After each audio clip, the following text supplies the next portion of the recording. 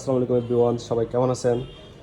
আশা করি ভালো আছেন। আজকে হচ্ছে এই ইনফ্রারেড কুকারটি কীভাবে চালাবেন সেটা আপনাদেরকে দেখিয়ে দেবো।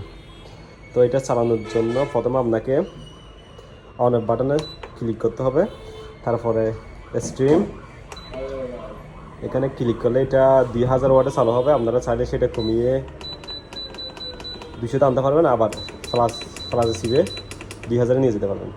আবার ফ্রাই যেটা অপশন আছে এটাতে যখন ক্লিক করবেন এটা হচ্ছে 600 সেলসিয়াসে চালু হবে। আপনারা চাইলে কমিয়ে 80-তে নিয়ে আসতে পারবেন। আবার বারবিকিউতে যখন ক্লিক করবেন 520 সেলসিয়াসে চালু হবে। আপনারা চাইলে কমিয়ে 80-তে আনতে পারবেন। আবার সোপ এটাতে যখন ক্লিক করবেন 1600 ওয়াটে চালু হবে। এটা চাইলে আপনারা কিন্তু বাড়ানো কমানো যাবে না সোপে। আর এটা ওয়ার্ম এটা যখন দিবেন এটা হচ্ছে 80 সেলসিয়াসে চলবে। যদি একটু যদি আপনাদেরকে একটু যদি কোনো কিছু ঠিক করতে হয় সেক্ষেত্রে আপনারা এই অপশানে ক্লিক করবেন।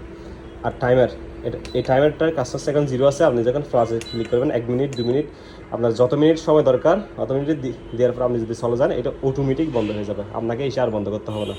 3 মিনিট দিলেন, 1 মিনিট দিলেন, 2 মিনিট দিলেন, যা দিলেন তারপরে নির্দিষ্ট একটা সময় পরে এটা বন্ধ হয়ে যাবে। অর্থাৎ আপনি যত মিনিট দিবেন এত মিনিট পরে এটা অফ হয়ে যাবে। তো এটার এমনি কাজ নাই।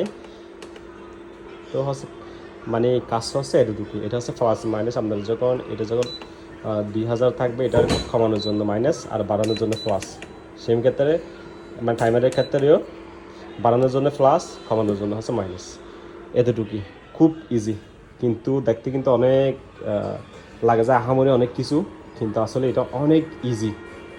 তো ভিডিওটা দেখার জন্য সবাইকে অসংখ্য ধন্যবাদ। আর ভিডিওটা শেয়ার করে আপনাদের টাইমলাইনে রেখে দিবেন, তাহলে যে কোনো সময় আপনাদের কাজে আসতে পারে। যখন আপনি একটা এরকম ইনফ্রারেড কুকার নেবেন তখন এই ভিডিওটা দেখে আপনারা চাইলে শিখতে পারবেন। সবাইকে ধন্যবাদ।